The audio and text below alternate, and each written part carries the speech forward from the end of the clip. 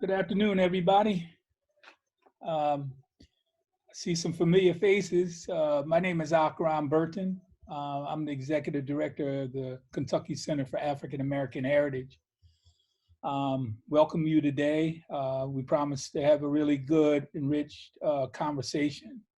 We have a really good up and coming, budding filmmaker, and you'll get to see some of his work today and hear his philosophy and what have you.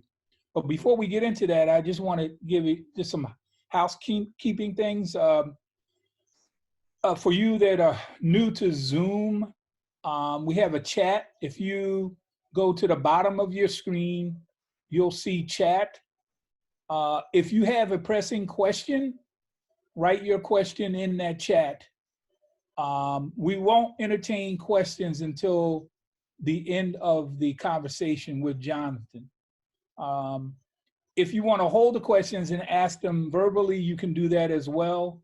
But what we'll do is when we get to the question and answering point, what we'll do is we'll go to the chat first and we'll go through the questions chronologically, right? So that if you can't stay on for the entire time and you want your question answered, you may want to put it in the chat, and that way we can honor your question as soon as possible. Also, you also have the capability of, you'll see the participants on the lower bar as well. And you can text directly to participants, or you can text to the whole body. So I'll keep it at this point. Basically, we're going to have everybody on mute except for Nathaniel and Jonathan. All right. If for some reason you need to communicate with me, you can send me a private chat or raise your hand, and then I will respond to you. Just as an introduction, the Kentucky Center for African American Heritage preserves and promotes African American history and heritage, and the heritage that we share within the African diaspora. About 3.5 years ago, we created the Black Media Collaborative, which is an arm of the Kentucky Center for African American Heritage. We're in the process of building a media center, which now with COVID-19 proves to be very important, because I think as we go forward, we're going to have to be using these modalities to communicate with one another, especially in education. So what I want to do now is to turn it over to Nathaniel Spencer, and he will introduce BMC in more detail and also introduce Jonathan. Hello, everybody. Welcome. I'm glad to see you all here for our first installment of our Conversations with Black Media Makers series. And today our focus is on filmmaking during the COVID-19 pandemic. What it's like making films or not making films is going to be the question. And we have today Jonathan Rowan with us, filmmaker. But before I go deeper with that, I want to talk a little bit about the Black Media Collaborative for those who do not know. The Black Media Collaborative is a network of directors and producers and writers and other specialties working in the film industry, television, photography, radio, music, animation, theater, literature, journalism, and also internet. And we're working together to tell our stories across multiple media platforms and formats. Our mission statement is basically that we're dedicated to developing media literacy and skilled people in production and the distribution of that innovative media. And we're dedicated to the underserved and underrepresented populations as well in our community. And specifically, we want to focus in on our youth. So through our artistic and creative media, BMC will cultivate, preserve, and sustain the knowledge of our Black heritage and culture. So that's a little bit about the Black Media Collaborative. So if there's any filmmakers out there that want to know a little bit more or want to even get involved with the Black Media Collaborative, look us up on Facebook or on our blackmediacollaborative.com page, our website. So with no further ado, let me talk about Mr. Jonathan Rowan a little bit before we actually bring him in. Jonathan's relationship with the Black Media Collaborative came about in 2016 when the Black Media Collaborative actually began, and we presented him with the Black Kentuckians in Media Award. He was one of several recipients of that award, given from the Kentucky Center for African American Heritage, as well as the Black Media Collaborative. So Jonathan earned that by way of being a pioneer here in Kentucky as a filmmaker. So with no further ado, I would like to introduce a video from Jonathan that actually introduces him as well as his upcoming film called Man Down.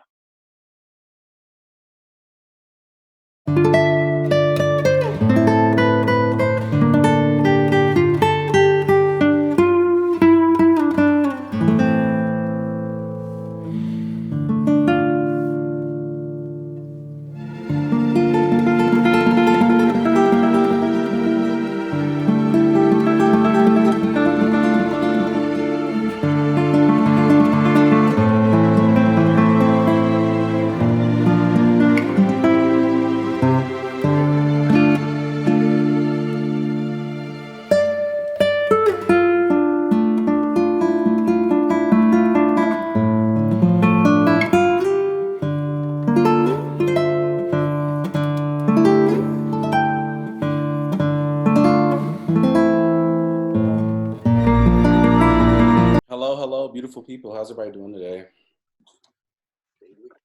If I can, yeah, give him a thumbs up, y'all. Just give him a look. Now that you know he's there. Jonathan, welcome, man.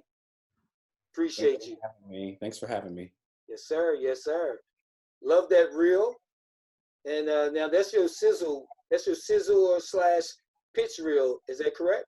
Yes, sir. It is. For Man Down, which is something that we're going to come back to and actually get an exclusive look at. Like nobody else gets this public look. This is the only time. And as a matter of fact, even when we record this for people to look back on, you won't be able to see this film because Jonathan wants to keep that underground, but you will be able to view it elsewhere. So, Jonathan, man, you've come a long way from 2016 in my eyes. How does it feel to be where you are right now as far as your growth in the film industry? I think it feels great, to see where I started and see where I'm at and to see where I plan to go from here. I think growth is definitely important for any artist and person as an individual. I think it's amazing. And I'm just ready to always do more. And, I always see myself as a student, even though I'm not a student anymore. But, we always have much to learn as we grow in this thing called life. Absolutely, absolutely. Now, here we are, John. We're in this pandemic, right? I mean, who would ever thought it? I mean, just out of the blue, right? And it has definitely affected our industry, the film industry, in a major way.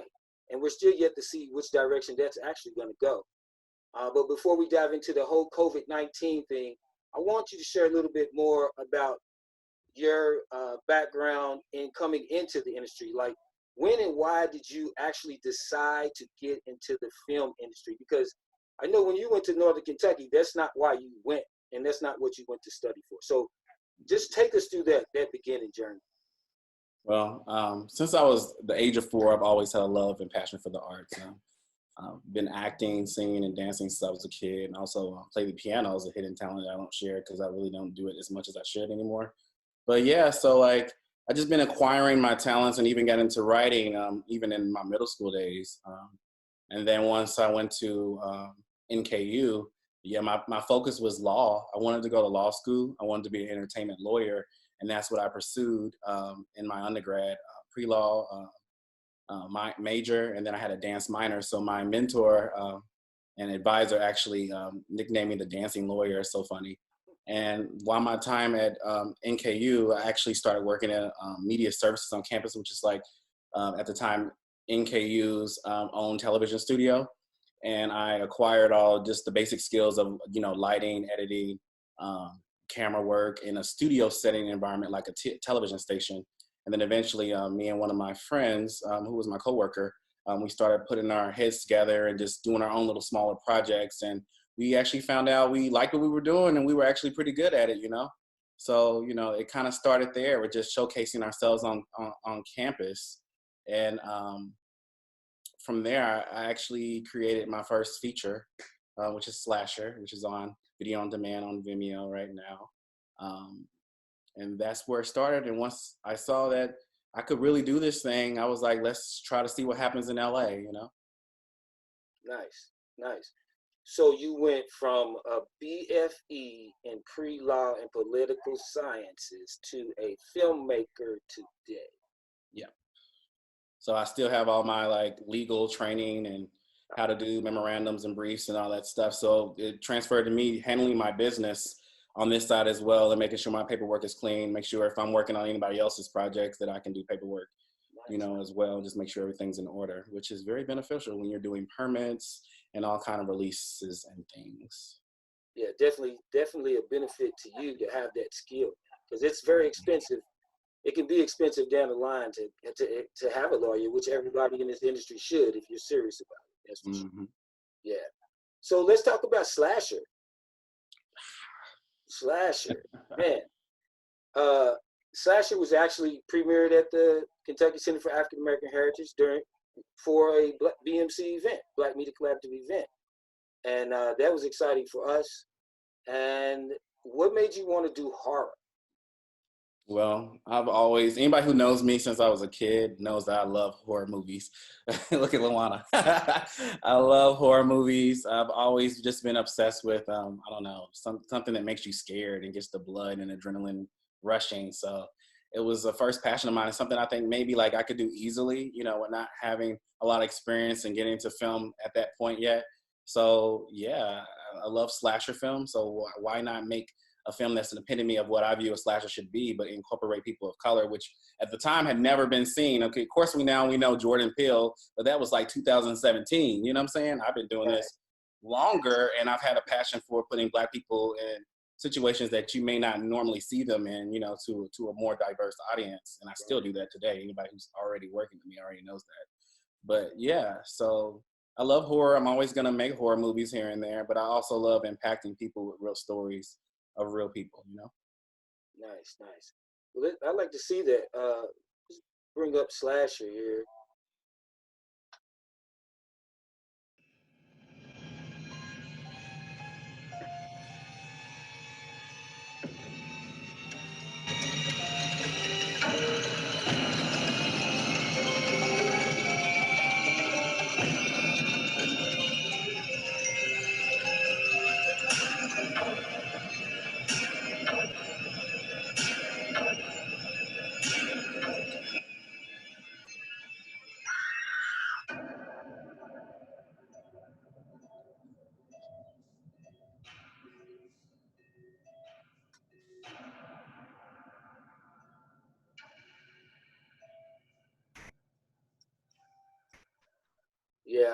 Yeah, I remember that.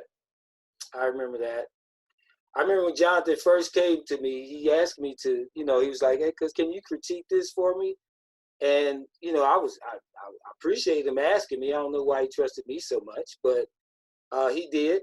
And, I like horror, but I'm not a big fan. I actually have one horror film in my repertoire to make.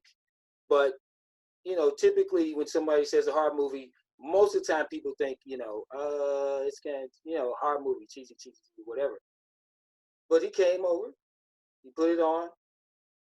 I sat back, I watched it, I jumped, my eyes got big, his shots were great, the writing was great. I was like, man, this is good, John.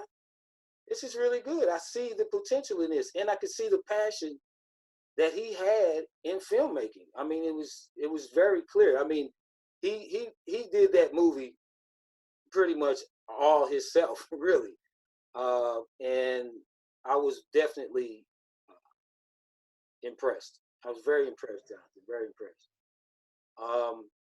So now you're in Los Angeles, California, and you have successfully graduated from Loyola Marymount University with a Master's of Fine Arts in Film Production. Can we all give him a hand? Congratulations, Jonathan.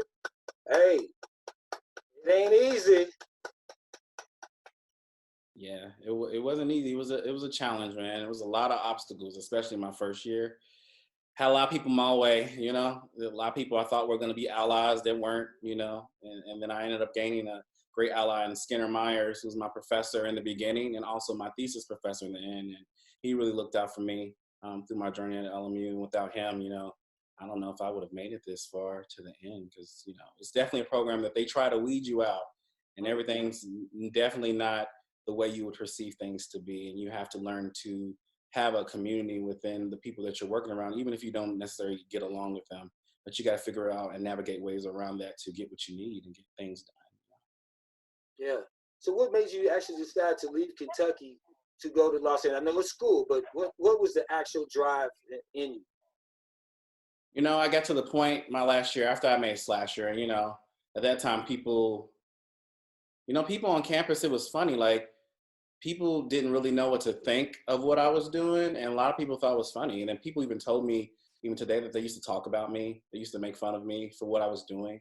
Like, it was weird and it was strange. And, you know, even a lot of the cast members who were involved even came to me and was like, people like see our posters up and, like, you know, they're laughing and stuff. But then, you know, 400 people showed up to the first screening of it on campus. And I was just like, a lot of these people here don't even like me or don't even care about me. So why are y'all here? Y'all here to either see me succeed or fail live in person, you know? So it was crazy. So at that point, I was like, you know, I don't think I really want to go to law school right now. I think I want to, while I'm still young, go to LA and just see if I can really do this, you know, and actually, you know, give it a try, because I believe you never know what you can do until you actually try it, you know, and nothing beats a failure but a try.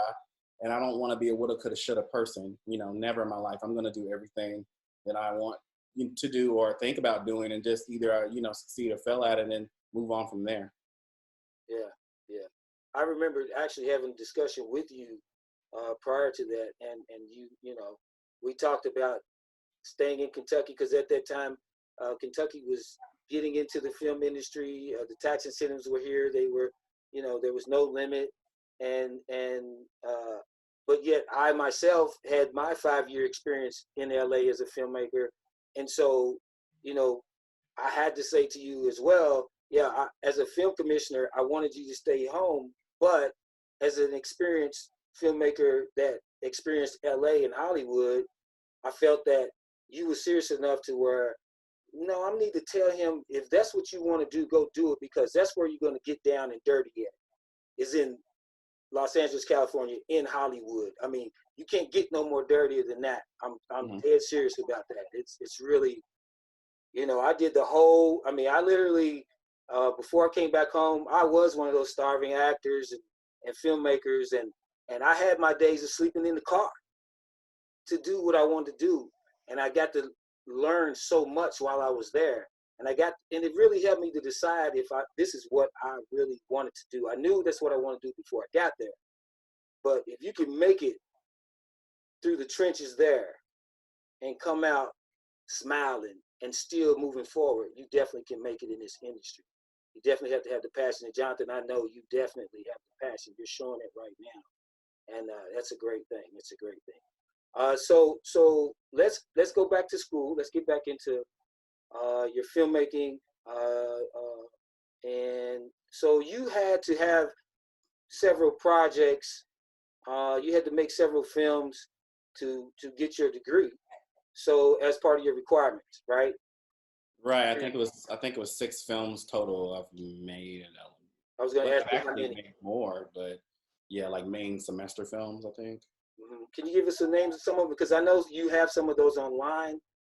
Yeah, you can check out majority of my work on my YouTube page and also my Facebook pages. So YouTube will be Superstar Productions. I'll probably put that in the chat for anybody who wants to check that out. Also on Facebook is Superstar Productions as well. Yeah, so a few of the films that I've made at LMU that were my semester films, of course. My first was like Chocolate Milk was my first year dealing with a boy with identity. Most of everything I do has some kind of thing with identity. And he's just trying to navigate through, you know, a world that he's perceived to be white, even though he is dark skinned and black, and he's trying to be associated with, you know, his people of color that reject him because they don't feel like he's black enough. And then I created a horror short that's in the cinematic universe of Slasher. I did create a cinematic universe of Slasher that has right now 1 feature, which is Slasher, and 3 shorts in that universe. The first is Running, which is out. Actually got a distribution deal with Revolt TV, which is Diddy's company, with Running. I have an agreement with them for 3 years, so they run it every now and then on the channel. So you all ever see me promoting that with Revolt TV, I have a deal with them for Running, which was crazy. I never thought anybody would care about that movie. It was just a project I did here. You know, just something I did. And then after that, I did another film called Invisible, which is like a supernatural-ish short, which is pretty cool, and that's been in festivals. And then the next semester, I did a film called Heartbeats, which is an LGBTQ film, like a Romeo Juliet type movie that deals with colorism within our community, light skin versus dark skin people, which is really interesting. And then following that leads to Beauty Mark, and then my thesis, Man Down, which is the film I just completed this month. Wow, great range, great range. I will say that I think it's important that a lot of the filmmakers not really lock themselves in. I mean, it's okay, you know, if you just want to do a film, an action film, or just a horror. But I think really good filmmakers venture out and explore different genres. I mean, that's my style too. You know, I don't have, and I'm not just strictly black. I have a German World War II backdrop film. I have a film on just about females, bikers. You know, so mix it up. I like that. I like that, John. That's good, and I know that's going to make you a top filmmaker here in our industry. So you mentioned Beauty Mark. Mm-hmm. And that was shot back in 2018? Yeah, the fall of 2018, and then we did our festival run with it, which we're still doing last year and through this year. Nice. Okay, so I'll tell you what, let's take a look at Beauty Mark. Oh, before we do that, one of my cast members, Aaliyah, she's in here. Hey, she's in Beauty Mark, guys. Where's she at? Ah, Aaliyah Sherwood. There's one of the Beauty Mark stars. Nice to see you. I do remember her scene, yes. The young lady, yeah. All right, so let's take a look at Beauty Mark.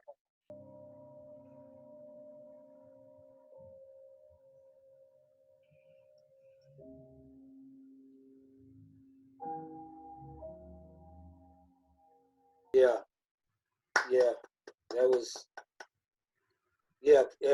Somebody, David,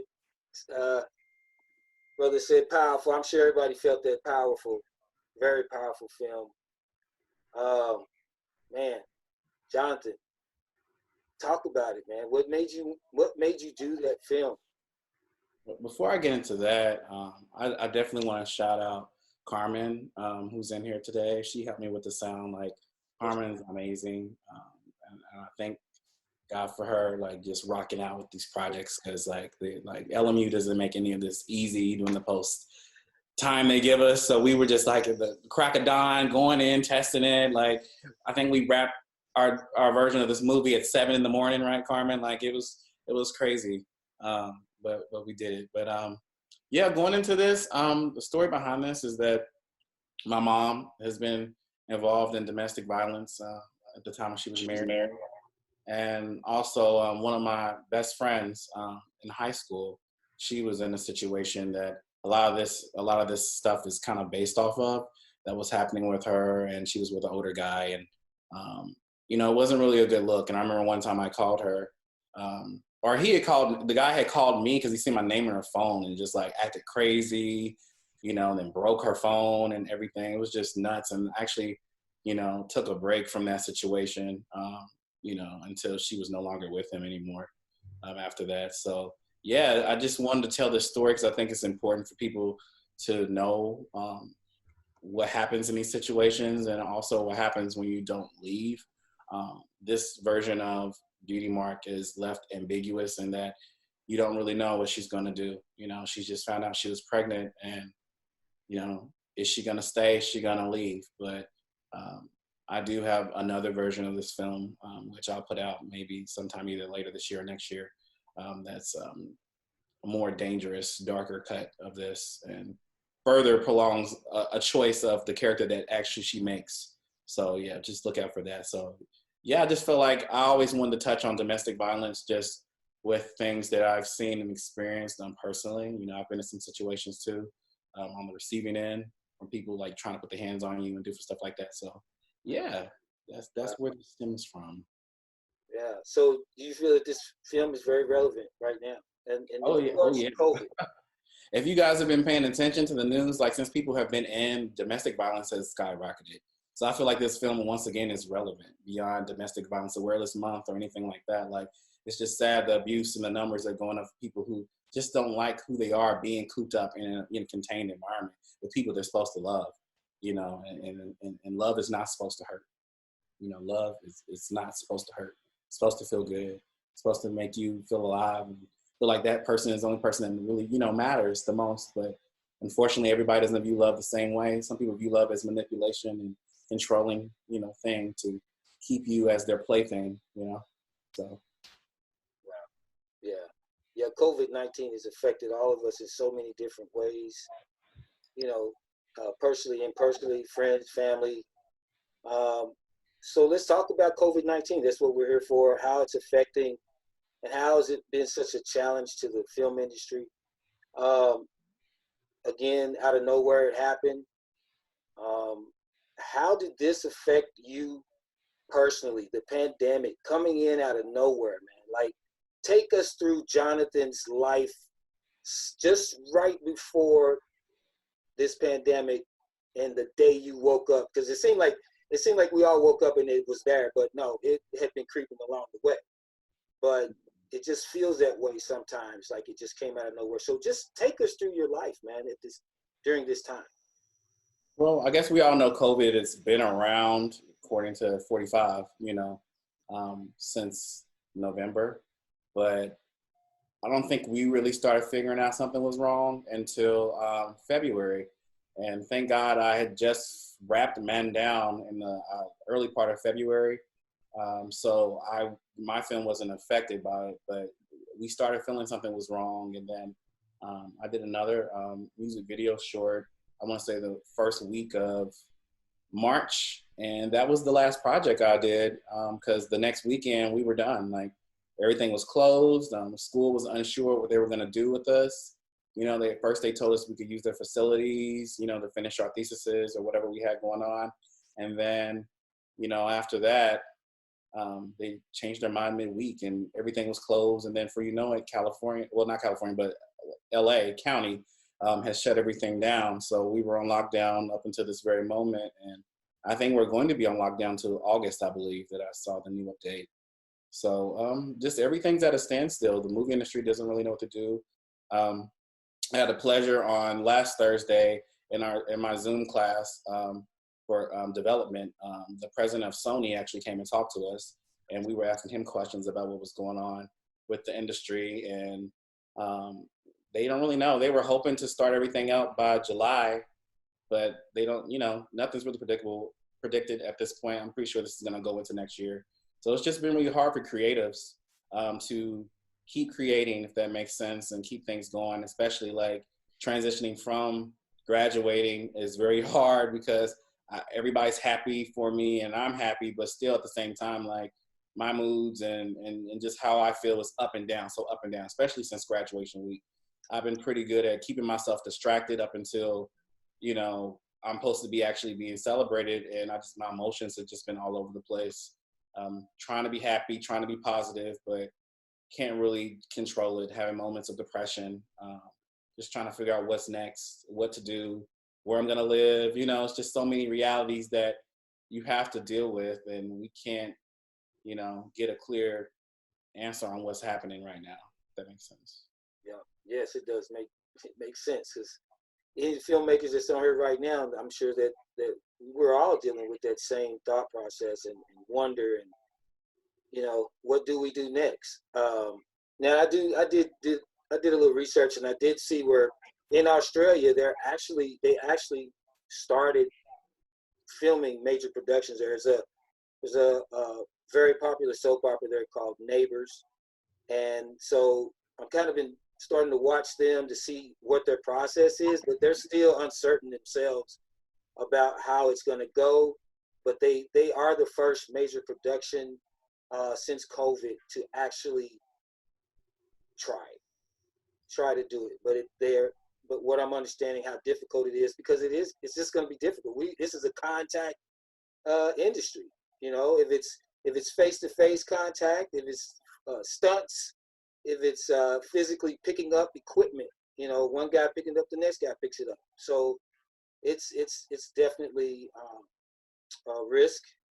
And in our industry, safety comes first, as I know Jonathan.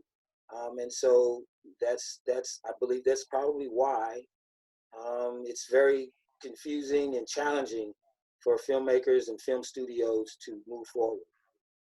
So, okay, so COVID-19, how has it affected Man Down? And Man Down was that your final project in order for you to get your MFA? Yes, that's correct. My big project that we live for here at film school is your thesis. Your last movie that's going to transition you into the industry, so to speak. So post production, yes, in that we were not allowed to use the facilities that we pay so much money to use. At LMU, we were so I had finished production, but post-production was a whole nother thing. I had luckily finished most of, my cuts. I have 2 cuts of this movie as well. But yeah, like I got lucky because of my post team. I had an amazing post team. Shout out to them. My editor and assistant editor, and I have a composer, and also sound designer and mixer as well. And we were all working together. We actually used Zoom to, have our meetings, to watch the cuts, to give each other notes. And, one of my composers, his name is Nick Furr. His dad actually works for Disney, and he has a studio in his house where he was able to mix the film for me. Wow. So I was lucky in that regard, because a lot of students, they didn't get to finish their movies, or they didn't finish shooting everything because some people's pickups and schedules were during March. So a lot of films didn't even get finished, or they didn't get shot at all. So I'm very blessed to have finished production on my film. But yeah, it's just been a challenge, but I just thank God for making it through to even give me what version I have today to show you guys, So, yeah. Wow. Yeah, that is a blessing, man. You definitely was blessed to be able to get that done. So, what did you shoot? How did you, what kind of camera did you, now, first, before I ask you that, do you feel that this is your best project? Of course. Man Down is definitely my best quality project, not just in quality, but in content as well, and just evolving as a filmmaker. We always have to track our growth in this industry and what we're doing artistically, and I feel like I've acquired everything that I've started with on a slasher to now on a Man Down. You can definitely see the growth between the 2 projects. Camera wise, this was shot on an Alexa Mini, which is one of the top cameras in the industry. Nice. And fun fact, LMU has one of the best equipments that we can use at the school. A lot of other film schools don't have the cameras and stuff that we have. So that's a fun fact in that realm. So yeah, Man Down was shot in 4K, another fun fact. So it's a very beautifully colored and visual experience, to take everyone through. Nice. Well, all right. Well, y'all ready to check out Man Down? This is an exclusive watch of Man Down right here first. So let's check it out. Man Down by Jonathan Rowan. So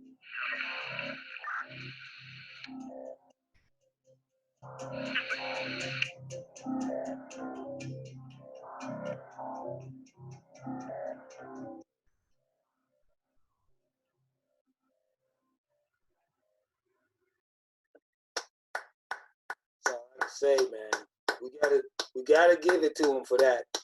We gotta give it to him for that. Overall production, A1 quality, writing, producing, the directing, the acting. Jonathan, man, you knocked it out of the box with this one. Thank you so much. I would genuinely appreciate it from everybody. Like, I don't know, I'm such a critic of my work. I'm just like, you know. Man. No, you're gonna have to say a little bit more, man, because you gave us so much right there. You know what I mean? Like you gave us a lot. Just tell us, why did you do Man Down? I did Man Down for people like Breonna Taylor, Ahmaud Arbery, you know, everyone who's a victim of, you know, what's been going on in our country. And also it's personal, as well as that my uncle was murdered by the police. And it's something that has rattled my mom, and she has never gotten over to this day. And that was the initial thought about approaching this film. And then I do have a lot of friends who are also officers of color. And so it was interesting to explore the psyche of, what does that officer go through? Like, what is their story? Because we never see their story. We always see the white cop or, you know, the victim story in these movies that come out, but we never explore that Black officer yet. Like, he's a side character. It's like, for example, in The Hate U Give, like Common was that character that we didn't even get to see him really, how he viewed everything, besides his just initial feedback when his niece asked him questions about how he would profile somebody, you know? So it was very important that I tell a story that wasn't the norm to tell, and just kind of from the vantage point of a Black officer, and also an officer who is mixed, who is in both worlds, who's in white worlds, and how the story is not about black and white, but about being black and blue, and how those things are not synonymous to to each other, how they are different. And even when interviewing officers of color, they all told me that they would never tell, even if they knew the truth, because that's that code of blue that you take, that you are always going to be blue, and they're going to ride with each other first, you know. And unfortunately, we have some people that don't do that, and they get ostracized for it. But, you know, that's just the reality in what we live in today. And it's sad that this keeps happening, you know. And the greatest inspiration will always be Trayvon Martin, a case that has disturbed me since 2014 when it happened. I've never gotten over that. I remember watching the verdict and just been like, wow, like, you got away with murdering this boy. And, you know, and they did nothing about it, you know. And it's just rattled me that, you know, when I came to LMU, I knew my final movie was going to touch on the police, but I didn't know quite what then. But over the time, unfortunately, I've gotten more inspiration to make my final piece something that really has substance and really matters in a climate such as ours today. Even in quarantine, we still get murdered, you know. So yeah, it's happening. It's happening across Louisville, that's for sure. So let's not forget anybody's names, you know, from Breonna to Trayvon to, you know, Ahmaud, and so forth. Right, absolutely. Wow. All right, so we're going to keep it moving because we do want to get some questions in, but I would like you to make a comment to the filmmakers that's on right now, those that are interested in film. What is your advice for them when it comes to this COVID-19 basically putting a halt on the film industry? What advice do you have for them to move forward? The key word is time. You have time. Focus on your talents. Focus on development right now. Focus on developing yourselves. You know, me personally, I haven't got a chance to write anything new yet, but I want to.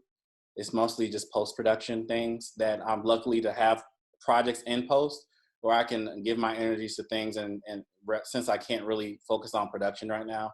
But yeah, hone in on your crafts and use this time to just get better, whether, you making something small, at home. Everyone has a phone, it starts just with you, just recording something, putting it up, just, practicing building content if that's what you seek to do and developing yourself.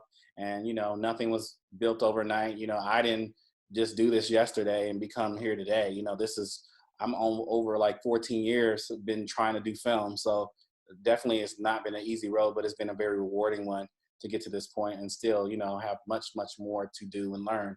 But yeah, it starts just now, the present, nothing like the present. As long as you have breath in your lungs, you can always learn and grow and do something new.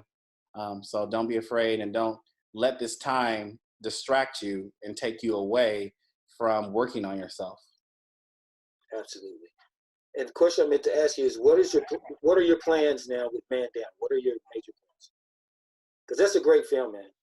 Thank you so much. Well, right now, 2020 is over.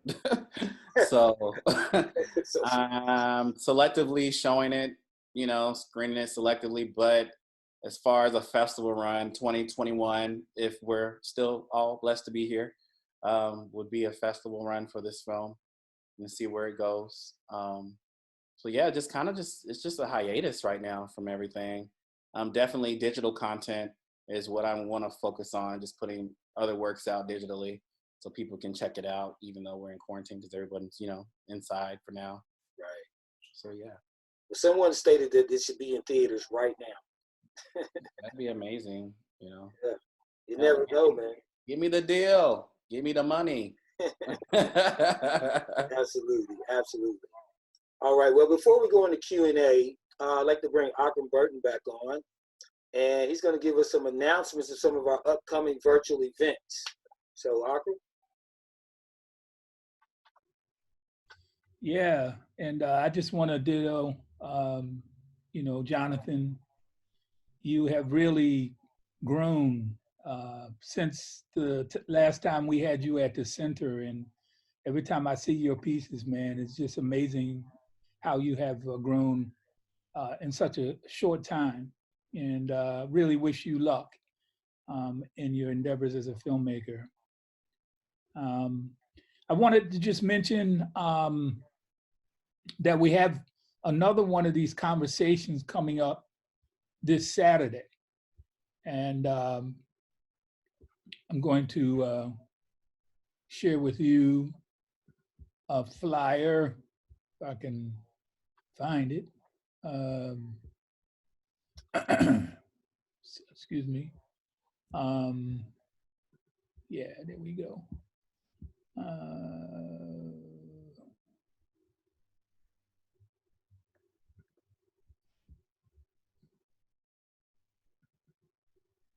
Jabril Haynes, a filmmaker out of Atlanta, will be joining us the same time on Saturday. If you haven't registered for it, you can go to either our Facebook page, that's at Kentucky Griot, or KY Griot, KYGRIOT. Or you can just type in Kentucky Center for African American Heritage or the Black Media Collaborative. You can also go to our webpage, which is kcaah.org. And then you can hit the link there. It'll take you to a place where you can register. And once you register, you'll get an email confirming your registration and with all the necessary information for you to come on board. I also wanted to share with you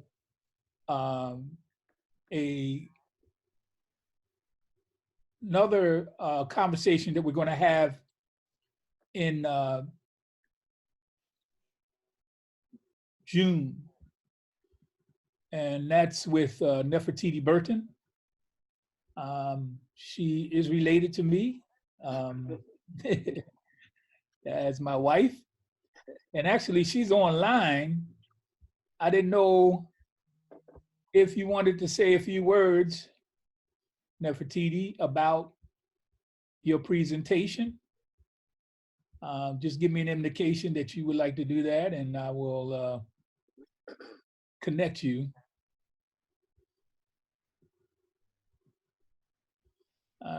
Okay.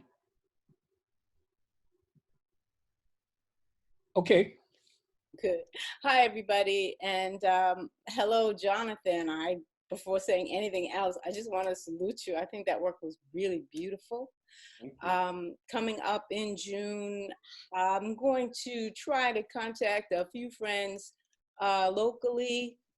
I'm in DC. I'm in Howard, but I'm in DC. But when I say locally, I mean Kentucky-based, as well as nationally, to have some conversation about theater in this time period, what we're doing, what we're facing, the challenges that we see going forward, and how we can keep our discipline and our artists working.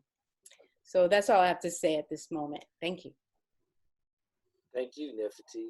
Thank you. Yeah, so that's all I have, Nate. I hope everybody can make it on Saturday. Jabril's doing some very interesting work as well.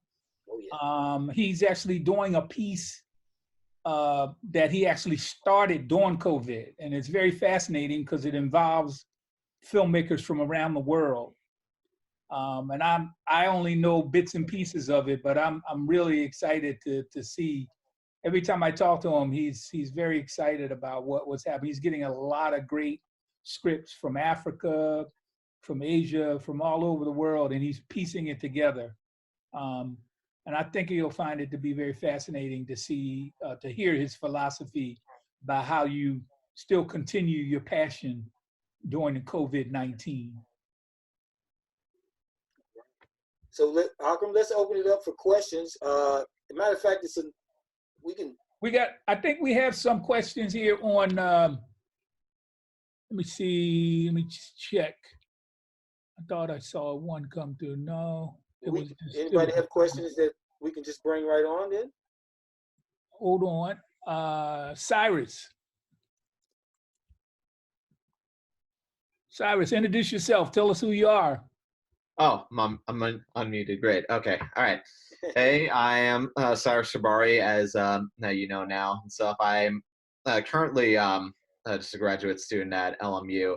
So if I'm currently doing pre-production on my own thesis and stuff, and I'm just that even though it's not the immediate future, I'm constantly thinking about how to go about it just as soon as I graduate and stuff. And maybe John, you're still figuring out a few things yourself and stuff, but this is something I emailed, but just yeah, as soon as you graduate, so if assuming we're we're not going to be under the pandemic at the time I do, what do you suggest that I do as soon as I graduate? Before you graduate, use this last year to kind of put yourself in a position, because a lot of people don't know, like, I've been having multiple interviews. I've interviewed with Warner Brothers, I've interviewed with Fox for different opportunities all my last year. And then COVID kind of like stopped a lot of that stuff from happening. So it's in limbo. Definitely start doing internships so you can start networking and getting yourself out there. I just completed an internship with Effie Brown. She's associated with Dear White People, and she's also alumni of our school. So I did an internship with her and was able to have a rapport with her now, and I communicate with her. Yeah, so just get yourself out there, start connecting yourself. Even now is a great opportunity with people locked up. People will probably respond to your emails in the industry. Contact them. Try to see if you can get on Zoom with them and talk to them, I had the pleasure of, I have a meeting coming up. I'm going to talk to a content creator who's from Lionsgate that came to my class during the semester, and I pitched a feature to him. And so we're going to talk soon. So use this time to kind of like, put yourself in a position to be on your film, because we don't know when this is physically going to let up. So you don't really know when you're going to finish, actually be able to film your film. So don't be surprised if you don't get to film it in the fall, so just start putting yourself in a mental position to have a backup plan, if that makes sense, to just start planning yourself beyond graduation in case this is extended, just Yeah, majority of us like have the backup plan to shoot in the spring and stuff. So yeah, so, we don't really know what this is. Everybody just kind of like, oh, we'll go outside again, but it's not cured. So yeah, I mean, my biggest concern is, as you know, of course, like we have to complete our internship requirements and stuff for graduation. So it's just like, if we're gonna even be able to find one before our tentative graduation date and stuff. I mean, I'm still applying right now and stuff as we speak. And stuff, but well, not literally as we speak, but I mean, yeah, I just if it helps, I'll make sure to contact human resources and others if we can possibly do Zoom meetings and stuff. That's a good one. Thanks, Cyrus. Yeah, appreciate that. I put Jonathan's information in the chat. If anybody wants to copy it, feel free to grab that. We'll put more information in there before this is over. Anybody else have any comments or questions for? Raise your hand up if you. All right. Yeah. I know y'all got some questions for this man. There we go. Okay, Nefertiti. Yes, thank you. I put my question in the chat, but basically, Jonathan, I was really impressed by your actors and your work with them, and I wanted to know how you source your talent. Are they also MFA students in acting? Are they professionals? Are they union? If they're professional, how do you afford them? Could you share something about that? Yes, that's a very good question. I use casting sites to mostly find my talent. There's Backstage, there's All Access, and what's the other one? LA Casting Networks is the way I usually find my talent at this level. Mostly, I've had experience with union actors as well, but mostly I look for non-union for some of these projects.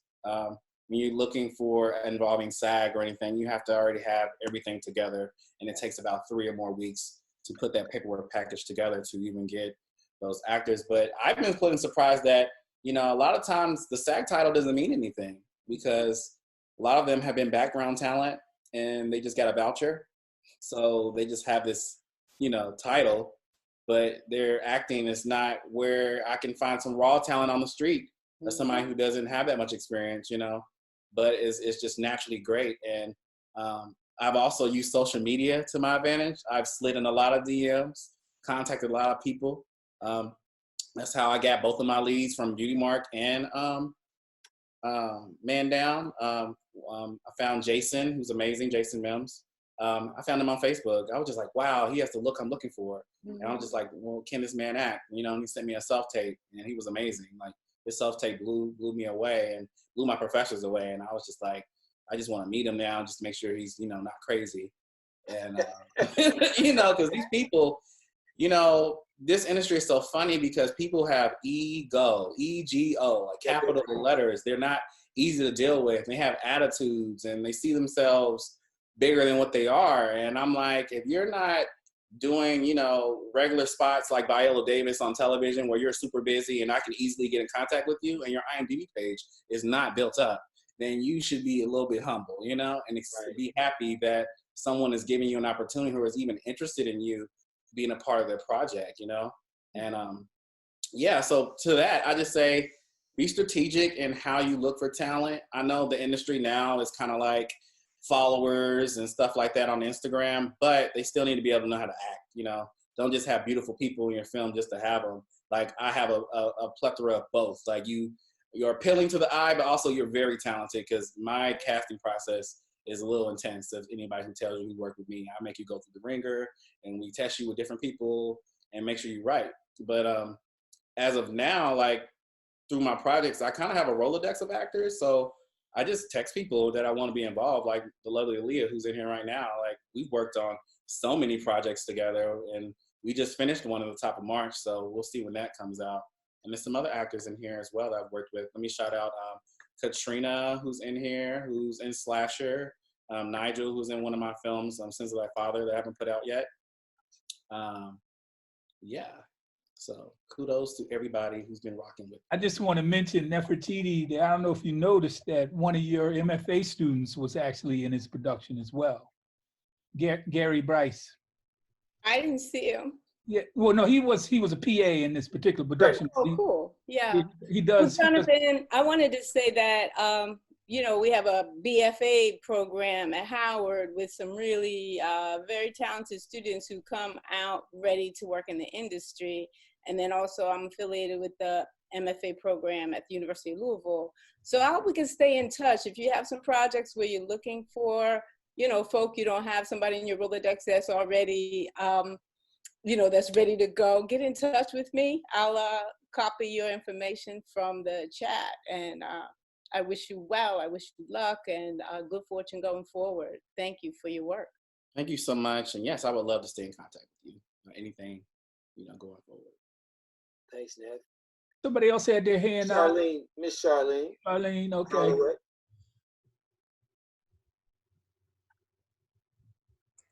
How you doing, Miss Charlene? Yes, I first of all, I really enjoyed watching the movies.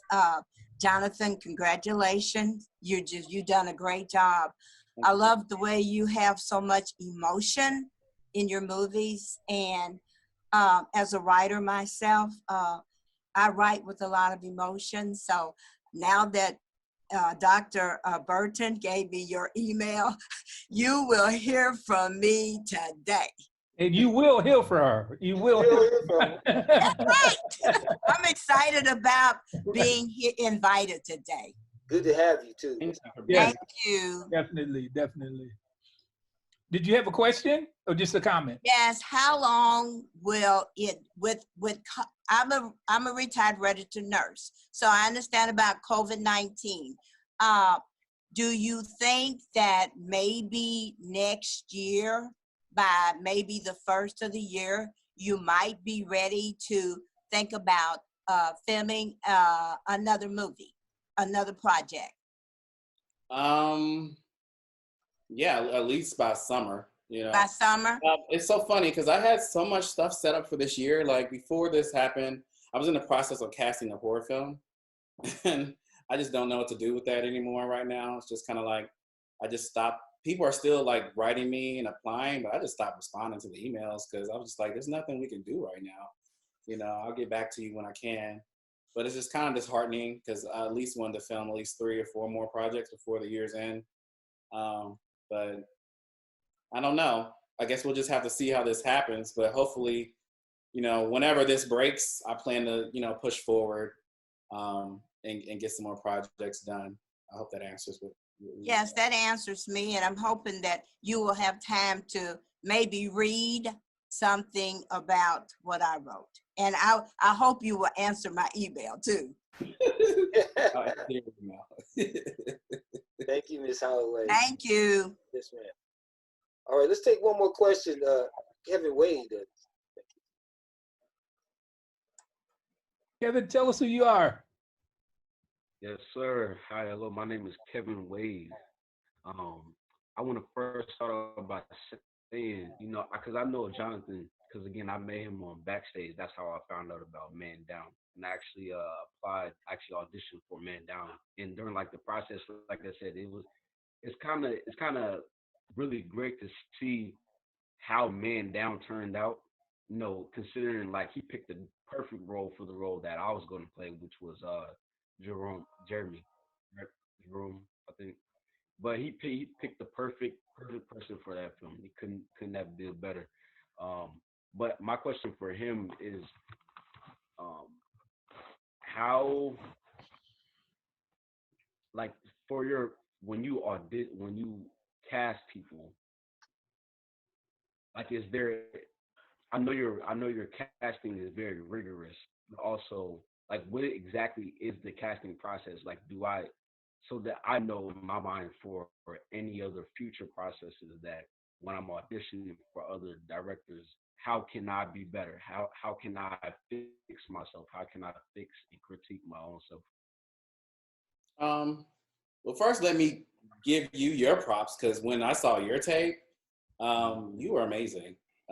Me and my team watched your tape a lot, and you like cry. You did stuff that people weren't doing because a lot of people like fake emotion, and I can tell when you're faking. Like I was an actor first, so you know, going from actor to director, I can tell when it's authentic, when it's real, when it's not. And you just had a performance that just sat with me, and that's what I was looking for this film, because the film sits with you. You know, majority of my films are going to sit with you, which is the point. You know, and I don't think you're doing anything wrong. I just think you should make yourself available to get out to wherever the production is. I think that was what our issue was. I was trying to get you, because you're in Chicago, right? Mm-hmm. Yeah, I want to see like how realistically would it be for you to be a part of the project with you not being physically here in LA, because with any of these projects, especially smaller projects where we don't have a lot of money, it's hard to depend if someone's going to show up on the day of. We kind of have to put the better bet on people who are locally, who can be around. So I think you're really dope and you're really talented, and I want you to keep pursuing what you're doing and pushing yourself, but also don't limit yourself into where you can go. You know, save up your funds where you can freely go to an audition if you need to, and make yourself available so you can get more opportunities for yourself, you know, beyond just being where you're at, would be my advice. And to any other actors that are in here who may not be in LA, like, don't be afraid to put yourself out there and take a risk, because you never know what's going to happen until you do it. You never know. And life is short. You only get one time to do this, and then you'll look up one day and life will be over. And you'll be like, damn, man, I should have took that opportunity. You know, and that's what I did. I took the opportunity to get out here. You know, a lot of people didn't think I was going to be in LA. They thought I was just talking. I've been saying that since before I graduated undergrad. I was like, I'm going to go to LA. I'm tired of being around here. People are not as passionate as me. I want to be in an industry where it's the focal point, you know? And so that's my advice to you, man. Just, you know, just be authentic in your tape to who you're portraying. And then also to anybody who's auditioning just in general, come dress the part, come embodying the part to the audition. Like, if you're auditioning for a lawyer, come dress business. Like, if you're auditioning for, you know, another type of role, come looking the part. Don't come looking opposite of the part, because you're trying to sell us on why should we cast you, you know? So yeah, I hope that answers your question. Jonathan, you have one question in the chat that asks, how do you fund your projects? My last two projects, I did crowdfunding. So a lot of people in here have donated to my campaigns. I hope to have sponsors one day and people that can back me and do brand association where I can get more money to acquire, because it's expensive making these projects. They're not cheap. You know, Man Down was a very expensive film, and a lot of money that I needed turned around that I didn't plan on spending just to get it done. It's expensive to shoot in LA. It's expensive to rent police cars for hours. It's expensive to rent houses, props, you know, and then you got to pay for stunt people. You have, like, all of that goes into it. It just stacks up. So crowdfunding is a great way. Grants are a great way. If anybody knows any grants, please send them my way, because I'm always trying to make something. I'm also contacting, like, how I have special issues, like, you know, domestic violence, like contacting different organizations, see what you can work out in that realm as well. You know, so there's all kind of ways to do it. But the main thing is to get people behind you who believe in you, that can help you get to where you're at. And you never know what can happen once you have the support, because it's all about support. Even now, as I transition, I need the most support possible, you know, especially now to get to the next step. So.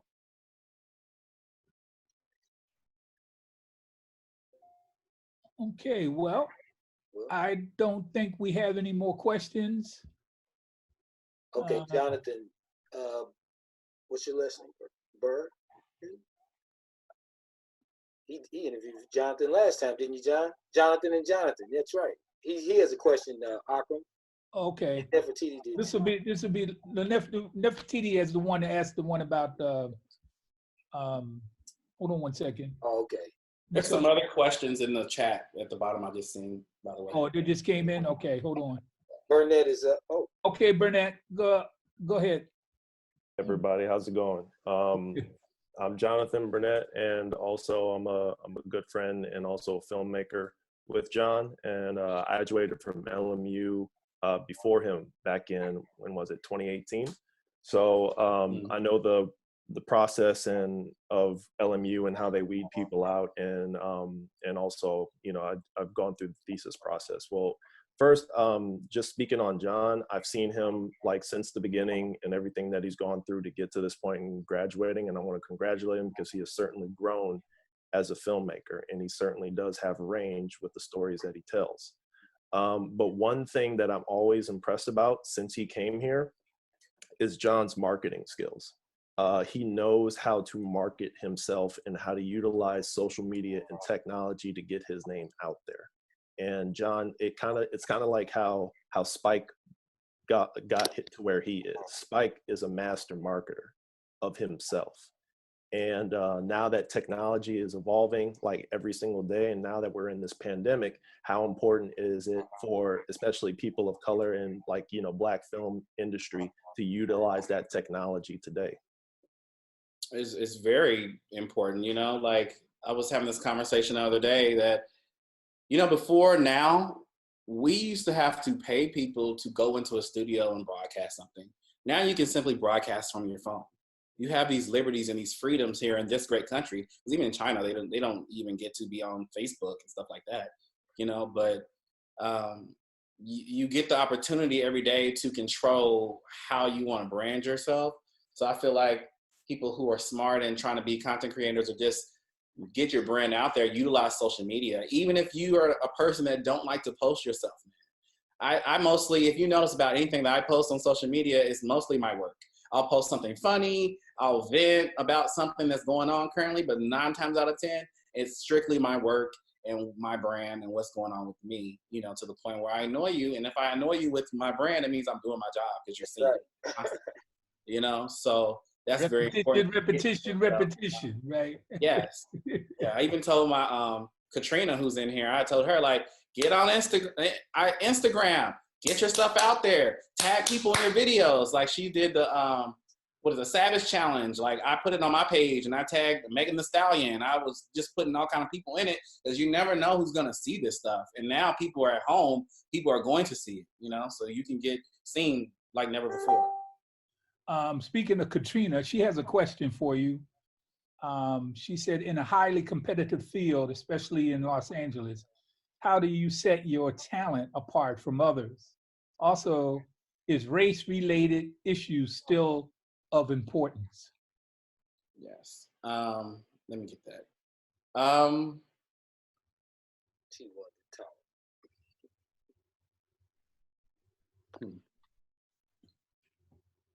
It's really just being authentic to you, if that makes sense. We were taught at LMU to have authentic voices and tell stories that are personally connected to the experience you have. If you're, you know, let's say like if I'm a white guy and I'm trying to tell a Black story and that's not authentic to who I am, you know, then why are you telling that story? Same thing if you're not like gay and you're trying to tell a gay story. But not to say that you can't do that, you know, because if you have enough experience or a team around you that can embrace those stories and make them authentic, then that's what matters. So having an authentic voice is what is going to carry any story you tell, whether it's not your story or someone else's story, as long as you have somebody or something on your team that can incorporate authenticity. That is key to carrying your stories and making you stand out above the rest. Also, just having just raw talent is just what's going to make you stand out and being passionate about yourself and your brand. You said about race-related issues of still importance. Of course, as we're getting shot and murdered still in 2020, you know, this country was built on the back of racism. And so it's always going to be an issue that we can talk about. It's uncomfortable. People don't want to talk about it, but look who's in the White House and look how things are going that, you know, even for us to have 45 in the White House is a white lash, in my opinion, and rebuttal. And it doesn't even make sense why you would put somebody like that in, but it's supposed to be a punishment for, you know, having Obama. So, you know, this country was built on racism and it's always going to be there and people can be blind to it or they can be wide awake. You know, it really depends on the person. But I think all this is important to always talk about. You should always tackle issues, whether they're comfortable or uncomfortable. And that's what I try to do, you know, keep it as raw as possible. Yeah, Nefertiti had a follow-up question to her question is, do you plan to stay in LA? And most of your themes seem to be national. What about moving somewhere cheaper or someplace cheaper? I have to go where the industry is. Like Kentucky. She said like Kentucky, right? You know what? I'm gonna be real. I don't like Kentucky in the sense that it's a red state. You know, I get called, you know, the N-word when I was 7 years old. A lot of people out in California, they don't even have experiences of racism. So I'm kind of like a different entity when I'm even in the classroom and talking about different things, they don't understand why is race so important, because that was ingrained in me from my environment, So that's something that I really don't want to go back to. I would love to visit and probably be bi-coastal and have places different where for jobs, but I don't really want to live in Louisville anymore. I want to stay in LA and find the financial means to stay out here eventually. But yeah, I don't necessarily plan to move back, if that makes sense. One of the things that, if I will, I'll take privilege of saying some things. One of the reasons why we decided to create Black Media Collaborative is to create an ensemble approach to production. All right. I always use the example of Woody King in the Negro Ensemble in Harlem. Many of the people that you know as stars today, Black people like Denzel and Felicia Rashad, you can go down the list. They got their start in the ensemble, and now they're in Hollywood. The other piece that I like to use as an example is Spike. Also, I use De Niro, and there are a number of other filmmakers, Tyler Perry, that have used a particular city or place in a city as their base. So Spike, Brooklyn is his base, even though he shoots in other places. De Niro, he's got Tribeca locked up. All right. Of course, Tyler Perry now has got major studios down in Atlanta. So the whole notion of claiming a place, to place your brand, not that you got to stay there. I think long range, especially, it would help support what we're trying to do on the ground in terms of the Black Media Collaborative. So I just want to throw that out to you. Nefertiti wanted to respond to what you said. I think, or you had. I think you pretty much covered it. It's just that I know there are growing markets in North Carolina, in Kentucky, in Atlanta. And that was just my question, because when you made the statement about how expensive it is to produce in LA, clearly LA and New York are going to be really prohibitive for a lot of people in that way. But I totally get what you're saying about where you need to be. I was just curious as to how you made that choice. So thank you. Right, and let me piggyback off of that and say that I also agree about like what Akram was saying about, establishing yourself in places. I'll always be connected to Louisville and always be a Louisvillian first and foremost. It's just that I just don't care for the South, just in the environment. And coming to LA has really given me a whole different perception of life outside of living in Kentucky, if that makes sense. So it's not a dig at like, oh, Kentucky, blah, blah, blah. It's a perception of how people not everybody, but some people can be small-minded and not think outside the box and inherently be dream killers if they don't see that this is possible. Most people where I came from, before we got to where we are now, they didn't think you could be a Black filmmaker. Like, what is that? Go get a real job, So it's just a mindset that some people just have not been able to grow, and therefore I cannot ever revert backwards. But I would definitely come back and definitely film movies, in Kentucky, and definitely be involved from here and there. But yeah, I hope that makes sense. Yeah, that's what I was going to ask you myself, Jonathan. If I came up with a good script, production, and money to fund it, and you either produce or direct it, can I get you to come back for a little while? Yeah. All the above. Jonathan said, show me the money, man. That's all right. I got you, cuz. I got you. Show me the money, right? I got you. Yeah. Okay, well, this has been beautiful. I'm glad folks came out. Again, we're going to do this again on Saturday at 3. I just wanted to leave the last words to Jonathan. Well, I thank you everybody for, supporting me today. Support is very important, and each and every one of you are very important to me, whether I know you personally or, we're just getting to know each other, what have you. And I just thank you for taking time out of your day to spend it with me. You could have been anywhere else, but you chose to be here. Thank you, Akram, and thank you, Nate, for putting this event on. I think it's a great start to something big, you know. Like we said, digital era is where we're in right now. So things like this is how we can connect with each other from different spaces and different places, you know. So I think it's all amazing, and I want everyone to just grow, you know, as people and those who of us are artists, you know, never doubt yourself, keep growing, and you know, you never know what you can become. So those are my final words, and I'm very gracious and honored to have this time with you guys today. Good. Thank you, everyone. Thank you, everyone. Thank you. It was good seeing everybody. Take care. Hope to see you on Saturday. Anybody wants to connect with me, feel free to hit me up right after this is over. All right, John. Peace and blessings, my man. Peace and blessings, everybody.